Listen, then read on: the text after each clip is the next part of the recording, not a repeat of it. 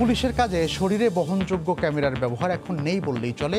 আসল ঘটনা জানতে চেকপোস্টেও ব্যবহারের তাগিদ বিশ্লেষকদের।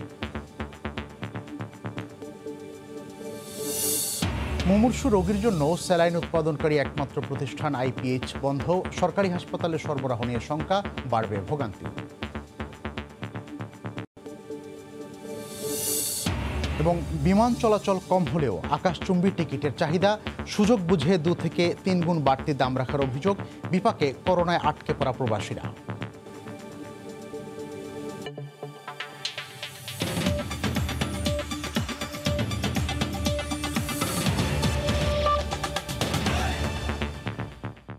সময় সংবাদের সঙ্গে আছি আমি Mizanur Rahman Khabir. চেকপোস্টে body on camera বা শরীরে বহনযোগ্য ক্যামেরা নিয়ে পুলিশের দায়িত্ব পালন করা উচিত বলে মনে করছেন অপরাধ বিশ্লেষকরা। তারা বলছেন, তল্লাশির সময় নানা অনাকাঙ্ক্ষিত ঘটনার পর 2 পক্ষ থেকে 2 ধরনের ব্যাখ্যা পাওয়া যায়। ক্যামেরা থাকলে ঘটনার মূল রহস্য উন্মোচন অনেক সহজ হবে বলে মনে করেন তারা। পুলিশের পক্ষ থেকে জানানো হয়েছে ব্যাপারে চিন্তাভাবনা চলছে। রিপোর্ট আতিকুর রহমান তমালের।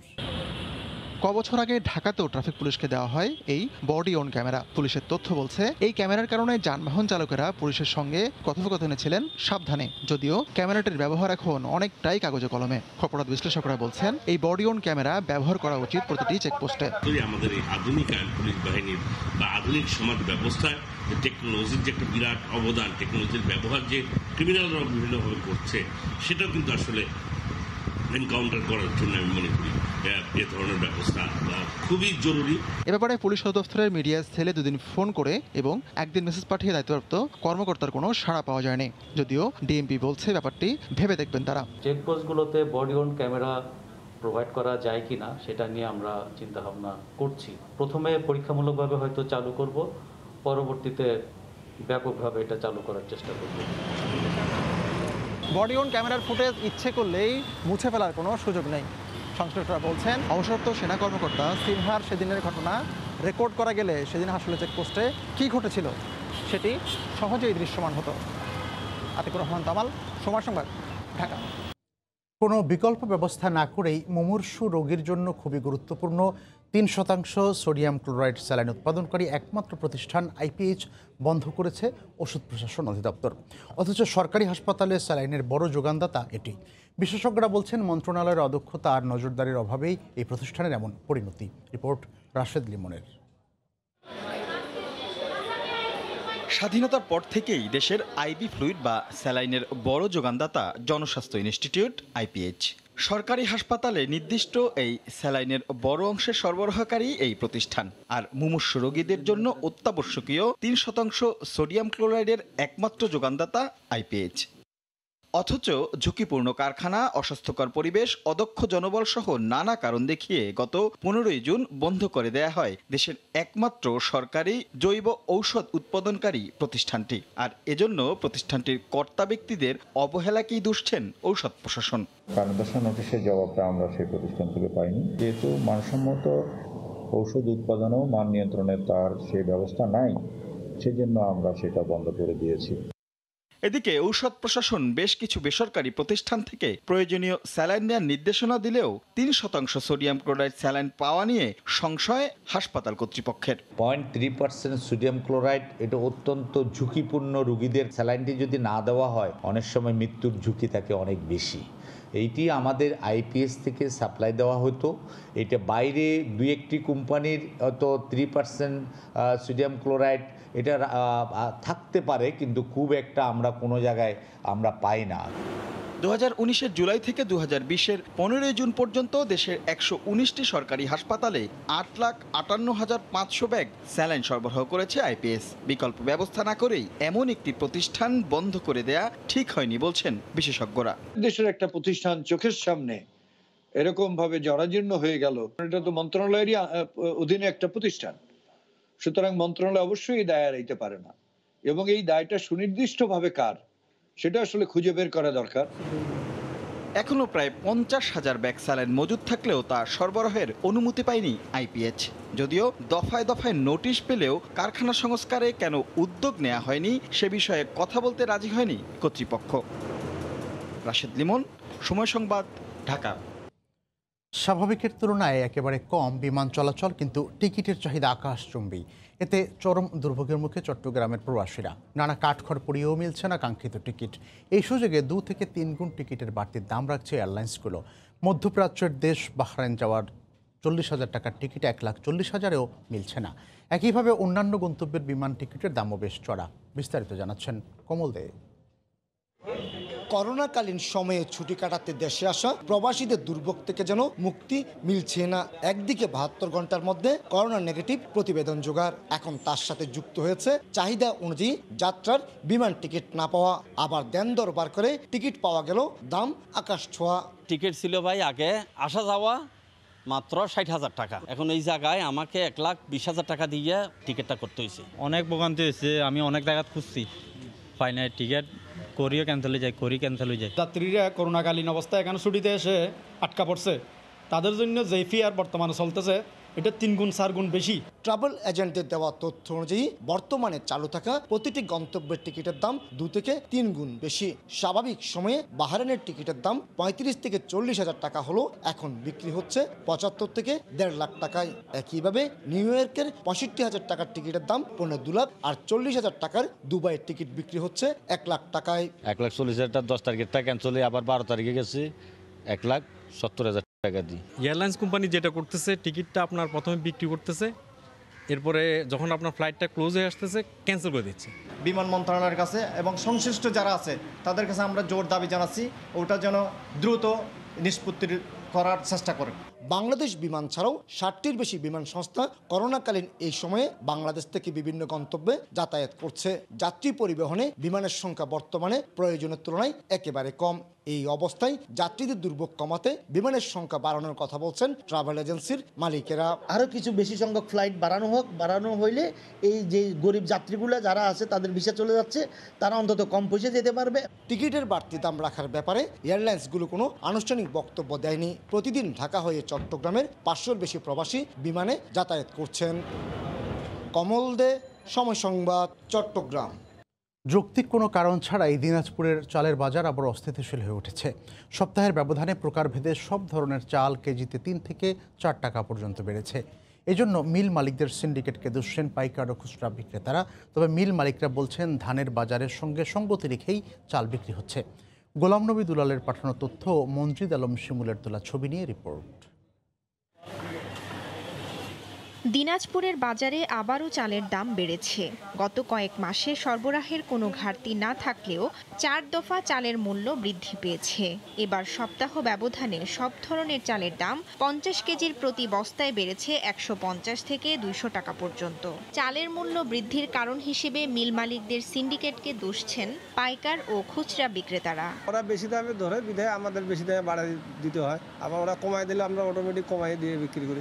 পাইকারি বাজারের থেকে খুচরা বাজারে কেজি প্রতি আপনার 2 থেকে 3 টাকা বেশি হবে, কারণ এখান থেকে ওরা নিয়ে যায়, ওদের একটা কেজিং খরচ আছে। চাউলের যে দাম 2-3 টাকা করে বাড়ে গেছে কেজিতে, গরিব মানুষ কেমনে খাবো? মূল্যবৃদ্ধির কোনো যৌক্তিকতা খুঁজে পাচ্ছেন না জানিয়ে কৃষক নেতার দাবি সরকারি নজরদারির। প্রচুর পরিমাণে চাল স্টক করছে এবং এই চাল তারা অতিরিক্ত দামে বিক্রি করছে। অবিলম্বে এই দাম কমাতে হবে এবং মানুষের সাধ্যের মধ্যে, গরিব মানুষের সাধ্যের মধ্যে এই চাল বিক্রি করতে হবে। অভিযোগ অস্বীকার করে চালকল মালিক গ্রুপের নেতা বলেন, ধানের বাজারের সঙ্গে সঙ্গতি রেখেই চাল বিক্রি করা হচ্ছে। যে হারে আমাদের মিলগুলোতে বেচা বিক্রি হতো সেভাবে বেচা বিক্রি হচ্ছে না, বরং চালের বাজারটি স্থিতিশীল আছে এবং একটু কমতির দিকেই আমরা মনে করতেছি। জেলায় বুড়ো মৌসুমে 1,71,000 হেক্টর জমিতে উৎপাদন হয়েছে 8 লাখ মেট্রিক টন চাল। আর খাদ্য বিভাগ এবার মিলারদের কাছ থেকে 91,700 মেট্রিক টন চাল কিনবে। সময় সংবাদ, দিনাজপুর। ভরা মৌসুমেও আশানুরূপ ইলিশের সরবরাহ নেই বরিশালের পাইকারি বাজারে। এজন্য দাম আগের চেয়ে কিছুটা বেশি। আবহাওয়া খারাপ থাকায় জেলেরা পর্যাপ্ত মাছ ধরতে না পারায় এ দাম বেড়েছে বলে দাবি ব্যবসায়ীদের। আমিনুল ইসলামের তোলা ছবিতে আরও জানাচ্ছেন ফিরদাউস সোহাগ। বরিশালে ইলিশের পাইকারি বাজার, পোর্ট রোড, ক্রেতা বিক্রেতা সবই রয়েছে, কিন্তু নেই আশানুরূপ ইলিশ। আষাঢ় শ্রাবণ ভাদ্র আশ্বিন এই 4 মাসকে ভরা মৌসুম বলা হলেও বাজারে উঠেছে তুলনামূলক কম ইলিশ। এতে বেড়েছে দাম, ফলে বাজারে ইলিশ কিনতে গিয়ে বিপাকে পড়েছেন ক্রেতারা। শুনেছিলাম মাছ প্রচুর ধরা পড়ছে এবং মাছের দাম কম, তো বাজারে এসে দেখলাম আসলে চিত্রটা ভিন্ন। আগে যে মাছ ছিল 800, সেটা এখন 1000-1200 টাকা। মাছের দাম আরও কম হইলে মানুষের পক্ষে ক্রয় ক্ষমতার মধ্যে আসে। ব্যবসায়ীরা বলছেন আবহাওয়া খারাপ হওয়ায় সাগরে মাছ ধরতে পারছেন না জেলেরা। তবে সরবরাহ বাড়লে দাম আবারও সাধ্যের মধ্যে আসবে বলে জানান তারা। ওয়েদার সিগন্যাল খারাপ হওয়ার জন্য সাগরে মাছ ধরতে না পারায় ইলিশ মাছ দাম বৃদ্ধি হয়েছে। ওই পরিমাণ ইলিশ যদি লোকালে আমদানি হতো তাহলে ইলিশের দাম অনেক কম হতো। মঙ্গলবার বরিশালের পাইকারি বাজারে প্রকারভেদে প্রতি মণ ইলিশ বিক্রি হয়েছে 30 থেকে 41,000 টাকায়, আর সপ্তাহের ব্যবধানে দাম বেড়েছে প্রতি মণ 3 থেকে 4,000 টাকা। ফিরদাউস সোহাগ, সময় সংবাদ, বরিশাল। করোনা মুক্তি ও বিশ্ব শান্তি কামনায় মহানগর সার্বজনীন পূজা কমিটি ও বাংলাদেশ পূজা উদযাপন পরিষদের উদ্যোগে ঢাকেশ্বরী জাতীয় মন্দির সহ বিভিন্ন স্থানে উদযাপন হচ্ছে জন্মাষ্টমী উৎসব। ভগবান শ্রীকৃষ্ণের শুভ জন্মতিথি উপলক্ষে সকাল থেকে মন্দিরে মন্দিরে মহানাম সংকীর্তনে মাতেন ভক্তরা। মহামারীতে আগে থেকেই বাতিল করা হয় জন্মাষ্টমীর মূল শোভাযাত্রা ও মিছিলের আনুষ্ঠানিকতা। ভগবান শ্রীকৃষ্ণের কাছে রোগ মুক্তির জন্য কামনা করেন ভক্তরা।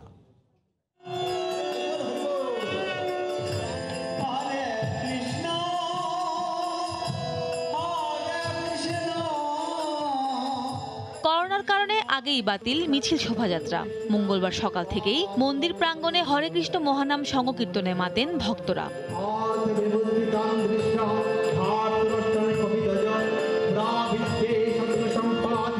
খোল করতাল বাদ্যের সাথে ফুল বেলপাতা আর নৈবেদ্যে আবাহন করা হয় ভগবান বিষ্ণুর অষ্টম অবতার শ্রীকৃষ্ণকে।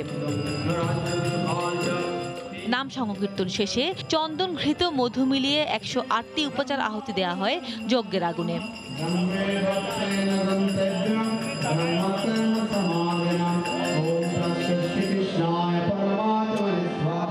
মঙ্গলযজ্ঞ শেষে গীতা পাঠ করে জরা দুঃখ ব্যাধি থেকে আরোগ্য কামনা করেন ভক্তরা। সামাজিক দূরত্ব বজায় রেখেই কিন্তু আমাদের এই ধর্মীয় অনুষ্ঠানটা পালন করা হচ্ছে। করোনা এবং দেশের যে মহামারী, এটা যেন আমাদের ভালো হয়, এটার জন্য আমরা ঠাকুরের কাছে প্রার্থনা করে যজ্ঞের মাধ্যমে আমরা ভগবান শ্রীকৃষ্ণের কাছে প্রার্থনা জানাই, আবার বাজাও তোমার পাঞ্চজন্য সুদর্শনদারি, এসো এসো ঋষিকেশ ধরার বার হারি। করোনা ভাইরাসের কারণে যে মানুষ বিধ্বস্ত অবস্থায় আছে, স্তব্ধ অবস্থায় আছে, মানুষ যেন এই করোনা ভাইরাস থেকে আবার মুক্তি লাভ করে, আবার যেন সুখ সমৃদ্ধি লাভ করে। পরে ভিডিও কনফারেন্সের মাধ্যমে যুক্ত হয়ে সনাতন ধর্মাবলম্বীদের জন্মাষ্টমীর শুভেচ্ছা জানান ওবায়দুল কাদের। আজকের এই আনন্দের দিনে আমাদের জাতীয় জীবনে শেখ হাসিনার পক্ষ থেকে জানাচ্ছি আন্তরিক শুভেচ্ছা, অভিনন্দন। এরপর মন্ত্র উচ্চারণের মাধ্যমে সমাপ্তি টানা হয় গীতাযজ্ঞের। সাদিয়া আফরিন, সময় সংবাদ, ঢাকা। বরিশালের বাকেরগঞ্জ উপজেলার রংমাটিয়া নদীতে নির্মাণাধীন একটি সেতুর উচ্চতা নিয়ে সরকারি 2 প্রতিষ্ঠানের বিরুদ্ধে কাজ বন্ধ হয়ে গেছে। বিআইডব্লিউটি এর দাবি, সেতু যে উচ্চতায় নির্মিত হচ্ছে তাতে রাজধানীতে যাতায়াতকারী বড় লঞ্চের চলাচল বন্ধ হয়ে যাবে। অন্যদিকে সড়ক ও জনপথ বিভাগ বলছে তাদের অনুমোদন নিয়েই প্রণয়ন করা হয়েছে সেতুর নকশা। জেলা প্রশাসক বলছেন গ্রহণযোগ্য সমাধানের চেষ্টা চলছে। মাহমুদুন নবীর তোলা ছবিতে আরও জানাচ্ছেন ফিরদাউস সোহাগ। বরিশাল থেকে 14 কিলোমিটার দূরে রংমাটিয়া নদী। 2018 সালের মে মাসে সেতুর নির্মাণ কাজ শুরু হয়। ইতিমধ্যে সেতুর ভিত্তি, পিয়ার ও অ্যাবাটমেন্ট বিয়ারিং সিট লেভেল পর্যন্ত 12টি গার্ডারের কাজ শেষ হয়েছে। সেতুর নির্মাণ কাজ চলছে 7.62 মিটার উচ্চতা ধরে। বর্তমান উচ্চতায় সেতু নির্মাণ হলে রাজধানীর সাথে বড় লঞ্চের চলাচল বন্ধ হয়ে যাবে বলে দাবি বিআইডব্লিউটি এর। এতে আপত্তি তোলায় সেতুর কাজ বন্ধ হয়ে গেছে। 40 ফিট উচ্চতায় নির্মাণ করার জন্য আমরা লিখিতভাবে কর্তৃপক্ষকে জানিয়েছি। অন্যথায় এই রুটে ঢাকার সাথে যোগাযোগকারী নৌপথগুলো চলাচল বন্ধ হয়ে যেত। তবে সড়ক ও জনপথ বিভাগের দাবি, বিআইডব্লিউটি এর সম্মতি নিয়েই সেতুর নকশা করা হয়। পাশেই এলডিডির একটি বিদ্যমান সেতু রয়েছে 7.62 মিটার হাইয়েস্ট ফ্লাড লেভেল থেকে, এবং সেখানে লঞ্চ চলাচল সম উচ্চতায় হচ্ছে। সেক্ষেত্রে বিদ্যমান যে 2টি লঞ্চ চলে সেক্ষেত্রে তেমন বিঘ্ন ঘটবে বলে আমি মনে করি না। এ ব্যাপারে সুষ্ঠু সমাধানের চেষ্টা চলছে বলে জানালেন জেলা প্রশাসক। এখানকার ডিজাইন চেঞ্জ করে আমরা ব্রিজটি শেষ করব, কিন্তু ব্রিজের কাজটিও থাকতে হবে এবং নদীপথও কিন্তু গতিশীল থাকতে হবে। বিএডব্লিউটিএ বলছে বড় লঞ্চ চলাচলে সেতুর উচ্চতা দরকার 12.20 মিটার, 283 মিটার দীর্ঘ ও 10.25 মিটার প্রস্থের সেতুর নির্মাণ ব্যয় ধরা হয়েছে 23,67,00,000 টাকা। ফিরদাউস সোহাগ, সময় সংবাদ, বরিশাল। দিনাজপুরের হিলিতে কমেছে ভারত থেকে আমদানি করা পেঁয়াজের দাম। এতে খুশি পাইকারি ব্যবসায়ী ও ক্রেতারা। ব্যবসায়ীরা বলছেন স্থলবন্দরের আড়ত খুচরা বাজারে প্রকারভেদে কেজিতে 5 থেকে 7 টাকা কমে পেঁয়াজ বিক্রি হচ্ছে 14 থেকে 15 টাকায়, যা ঈদের আগে ছিল কেজি প্রতি 22 থেকে 25 টাকা পর্যন্ত। দেশের বিভিন্ন স্থানে বন্যায় ক্রেতা সংকট থাকায় পেঁয়াজের দাম কমেছে। এছাড়া বেশি দিন মজুদ রেখে পেঁয়াজের গুণগত মান নষ্ট হওয়ায় কম দামে বিক্রি করতে হচ্ছে বলে জানান ব্যবসায়ীরা।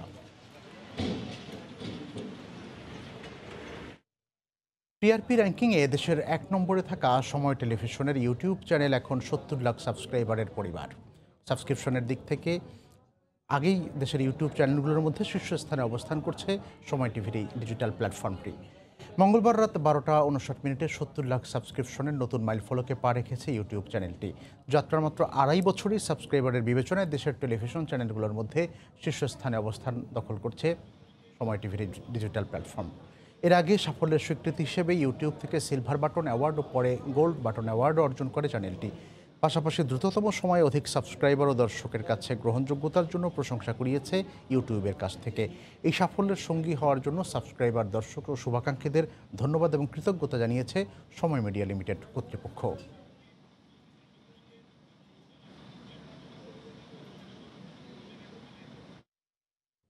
এ পর্যায়ে শীর্ষ সংবাদ জানিয়ে দিচ্ছি আরেকবার। পুলিশের কাজে শরীরে বহনযোগ্য ক্যামেরার ব্যবহার শুধু কাগজে কলমে, নতুন করে ভাবছে ডিএমপি। আসল ঘটনা জানতে বিকল্প নেই মত বিশ্লেষকদের। মুমূর্ষু রোগীর জন্য স্যালাইন উৎপাদনকারী একমাত্র প্রতিষ্ঠান আইপিএইচ বন্ধ। সরকারি হাসপাতালে সরবরাহ নিয়ে শঙ্কা, বাড়বে ভোগান্তি।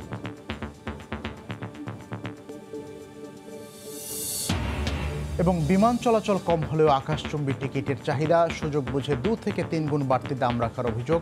বিপাকে করোনায় আটকে পড়া প্রবাসীরা। এই ছিল এখনকার মতো, সঙ্গে থাকুন সময়।